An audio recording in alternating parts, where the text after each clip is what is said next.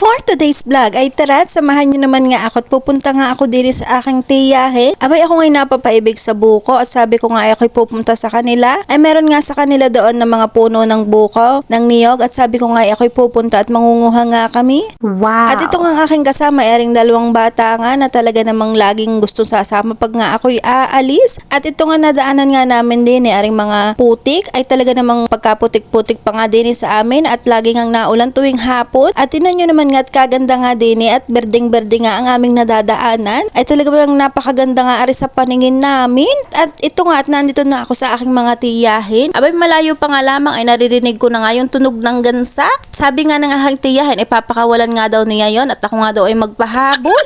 Ay sabi ko ay naku nat baka ako'y magkandudulas pa nga diyan. Ay yai ka na.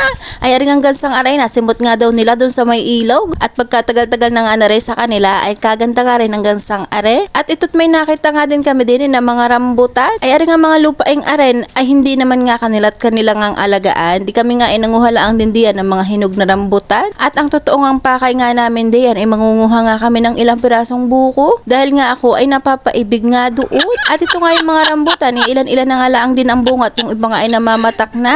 At yung iba nga ay mga hilaw pa. At ito nga yung puno ng buko na aming nga nakita diyan. Sabi nga niya ay maraming bunga. Ay di kami nga ay kukuha nga diyan ng mga 4 na piraso nga lamang. At nang may mainom nga din. Abay siya nga ay may nakita din diyan na kabuti. Ay kabutihan pala yung mga punsuhan diyan. Abay umuna nga sa akin. Baka nga daw maagawan ko pa ng kabuti. At ito at sumungkit na nga kami diyan na ring mga buko. Ay wala nga marunong umakyat kaya nga ayan isusungkitin na nga lamang at ang pagkadulas nga daw naman noong puno. At ito nga yung aming mga nakuha na buko. Ayan nakakakuha nga kami diyan ng 4 na piraso nga lamang at titingnan nga namin kung maganda baga ang laman nga nari. Abay kapangit naman kung ang laman niyan ay yung malauhog ay maganda nga yung medyo matigas-tigas nga. At ito, perfect na perfect nga ito. Pinatikim ko nga ng sabaw itong aking anak. Abay, mual yan ng rambutan. Sabi ko nga ay tikman mo aring sabaw at masarap nga ari. Abay, hindi na gustuhan at napatakip pa ang bibig niya. Ay, hindi niya yata nagustuhan yung sabaw ng buko.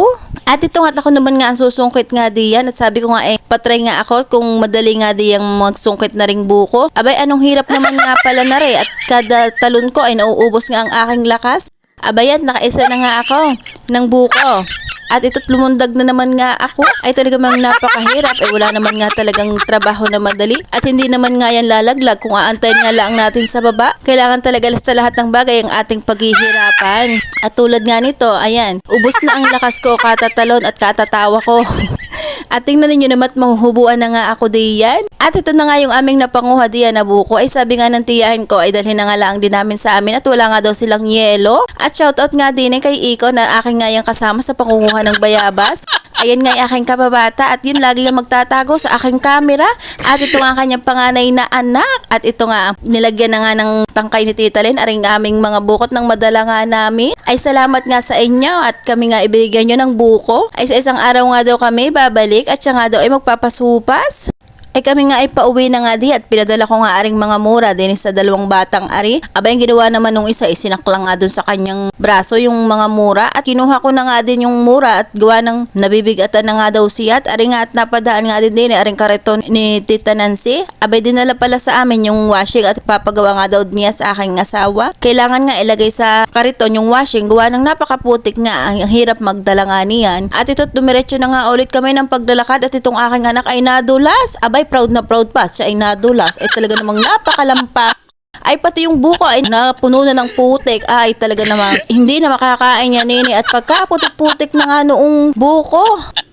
Aba, sabi ko tumingin ka nga sa daan at napakadulas nga ay ayaw mag-iingat bago ari nga ang pangatlo niyang pagdulas ay talaga naman at talagang napakalampa. Ayan, puwit-puwit na ang napatuon. Ay sabi nga ng kanyang dada pahilot ko nga daw at baka napaumpog yung puwet ay siguro yung nasaktan ay pati yung tsinelas at saka yung buko iniwanan na ay di ako hindi magkang dadala at dinala ko na nga yung 2 buko at bago dadalhin ko pa rin tsinelas at saka yung isang buko ay talaga namang aking anak.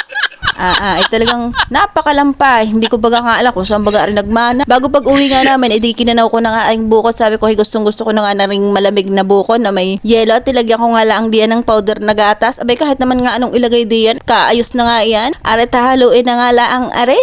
At maraming salamat nga din sa patuloy na sumusuporta sa akin.